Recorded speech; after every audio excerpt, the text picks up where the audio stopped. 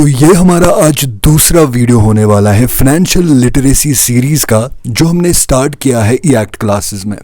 पहला वीडियो जो हमने फाइनेंशियल लिटरेसी के रिलेटेड अपलोड किया था, उसमें हमने शेयर और शेयर मार्केट की बेसिक अंडरस्टैंडिंग ली थी।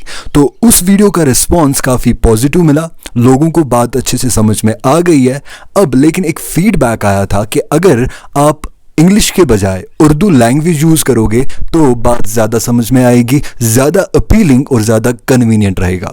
सो आज मैं इस वीडियो को एक्सक्लूसिवली उर्दू में या हिंदी में अपलोड कर रहा हूं। और इससे पहले कि मैं वीडियो स्टार्ट करूं, मैं प्रीफेस आपको बता दूं कि इस वीडियो में हम क्या क्या डिस्कस करने वाले हैं। मैंने पिछले वीडियो में भी आपको बताया था कि हम नेक्स्ट वीडियो में यानी कि इस वीडियो में फैक्टर्स डिस्कस करेंगे। वो फैक्टर्स जो एक शेयर का प्राइस डिटरमिन करता है, शेयर का वैल्यू डिटरमिन करता है। शेयर मार्केट में जब आप शेयर का प्राइस देखते हो तो डिफरेंट पॉइंट ऑफ टाइम पे डिफरेंट प्राइस मिलते हैं। तो वो सारे फैक्टर्स पढ़ेंगे जो उस फ्लक्चुएशन को ड्राइव करता है, या मैं ये भी कह सकता हूं कि हम आज वो फैक्टर्स डिस्कस करने वाले हैं जिनको कंसिडर करके आप डिसाइड कर सकते हो कि किस कंपनी का शेयर किस वैल्यू पे लेना है। क्या उस कंपनी का शेयर प्राइस ओवर स्टेटेड तो नहीं है, ओवर प्राइस तो नहीं है, या अंडर प्राइस्ड तो नहीं है। तो वो फैक्टर्स को कंसिडर करके आप वो डिसीजन ले सकते हो। वही फैक्टर्स हम आज इस वीडियो में डिस्कस करेंगे।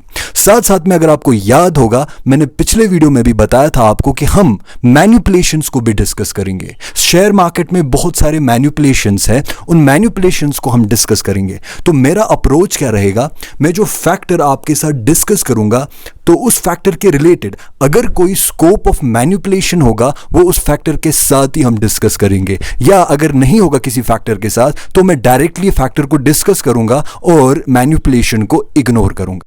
तो आइए स्टार्ट करते हैं इस वीडियो को सबसे पहले फैक्टर के साथ, जो है financial performance of a company.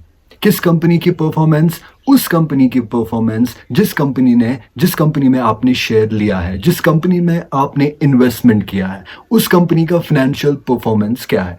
अब क्वेश्चन ये है कि फाइनेंशियल परफॉर्मेंस किसको कहते हैं। फाइनेंशियल परफॉर्मेंस में दो चीजें आती है, एक प्रॉफिट, दूसरा लॉस। या तो कंपनी प्रॉफिट कमाएगी या तो कंपनी लॉस इनकर करेगी। तो प्रॉफिट के केस में क्या होगा और लॉस के केस में क्या होगा वो हम डिस्कस करेंगे। तो सबसे पहले हम डिस्कस करेंगे कि प्रॉफिट के केस में क्या होगा।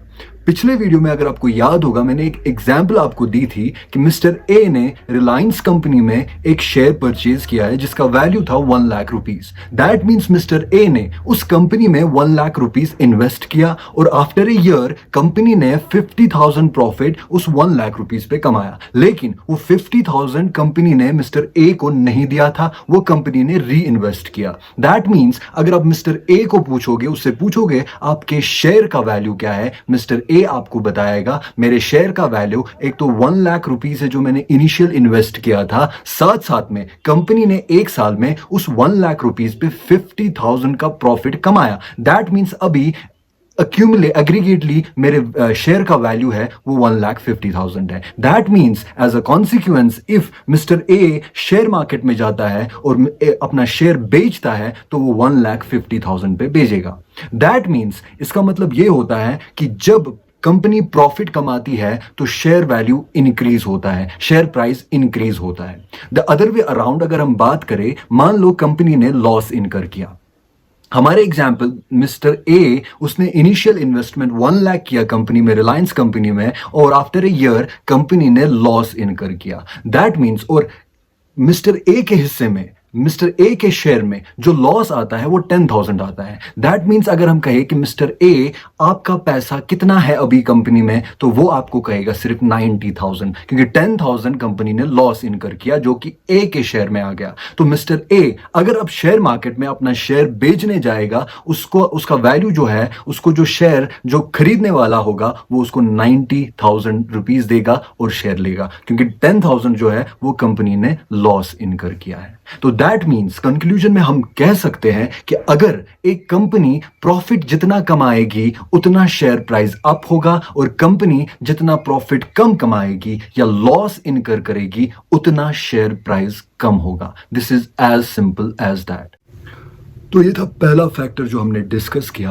तो अब हम बात करेंगे क्या इस फैक्टर के रिलेटेड मैनिपुलेशन के चांसेस है या नहीं।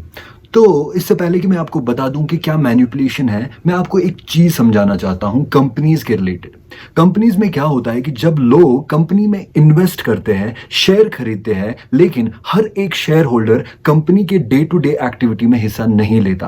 कंपनी में एक मैनेजमेंट होती है जो बिजनेस करती है, और लेकिन उन पे एक रिस्पॉन्सिबिलिटी होती है कि जो वो बिजनेस एक साल में करे तो उसकी इंफॉर्मेशन वो लोगों तक पहुंचाए, वो शेयर होल्डर्स को बताए कि आपका पैसा जो कंपनी में है उसका क्या क्या किया हमने, वो कहां कहां पे लगाया, क्या क्या बिजनेस किया और कितने प्रॉफिट्स कमाए, हमारे पास अभी एसेट्स कितने हैं, लायबिलिटीज कितनी है, शेयर कैपिटल कितना है और हमने प्रॉफिट कितना कमाया।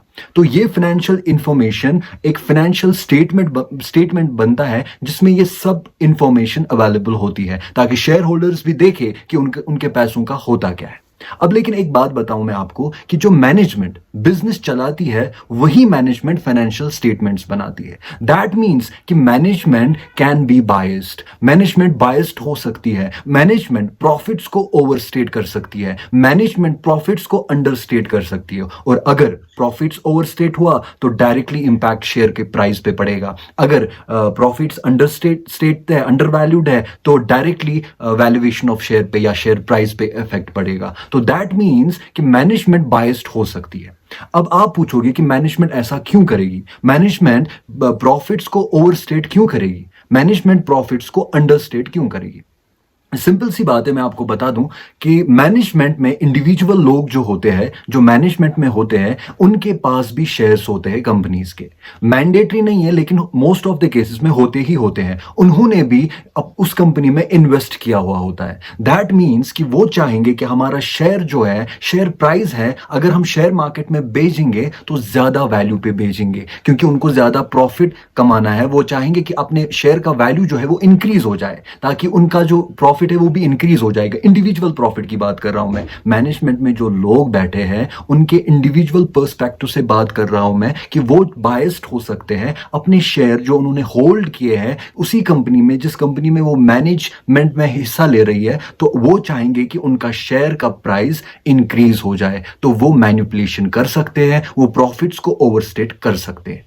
अब आप दूसरा क्वेश्चन पूछोगे कि अंडर स्टेट क्यों करेगी एक मैनेजमेंट प्रॉफिट्स को? उसमें तो उसका नुकसान होगा, क्योंकि अगर अंडरस्टेट किया प्रॉफिट तो शेयर प्राइस डिक्रीज हो जाएगा। तो इंडिविजुअल पर्सपेक्टिव से अगर हम सोचें उनका तो नुकसान होगा। लेकिन कभी कभी क्या होता है कि मैनेजमेंट में कुछ लोग ऐसे होते हैं जिनके पास शेयर नहीं होता, तो वो चाहते हैं कि अगर इस कंपनी का शेयर कम हो जाए तो शेयर मार्केट में हम कम प्राइस पे शेयर ले लें तो हमारा फायदा होगा। तो वो चाहते हैं कि अपने प्रॉफिट्स को वो अंडरस्टेट अगर करेंगे, वो फाइनेंशियल स्टेटमेंट में दिखाएंगे कि प्रॉफिट कम हुआ है, तो उससे शेयर प्राइस डाउन होगा, तो वो मेजॉरिटी ऑफ शेयर्स को खरीद सकते हैं। और मेजॉरिटी ऑफ शेयर्स अगर उनके पास होगा तो वो जिस भी डिसीजन में बैठेंगे वो पास होगा, उनका रेजोल्यूशन, उनका डिसीजन वही पास होगा जिनमें वो वोट करेंगे, क्योंकि उनके पास मेजॉरिटी ऑफ शेयर्स आ सकते हैं। तो ये एग्जाम्पल्स थे, ये रीजंस थे कि मैनिपुलेशन प्रॉफिट्स के साथ होता है। और मैं आपको एक इंटरेस्टिंग बात बताऊंगा कि यही रीजन है कि चार्टर्ड अकाउंटेंट्स जो होते हैं, जो ऑडिटर्स होते हैं कंपनी के, उनके कंधों पे इतनी जिम्मेदारी होती है कि वो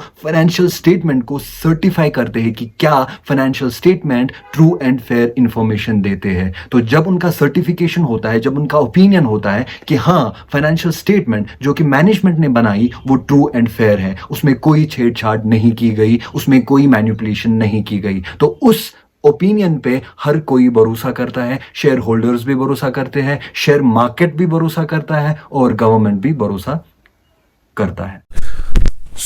इस वीडियो को मैं थोड़ा सा शॉर्ट रखूंगा, तो नेक्स्ट वीडियो जो कि इस वीडियो के साथ ही मैं अपलोड कर रहा हूं उसमें हम डिस्कस करेंगे बाकी सारे फैक्टर्स को।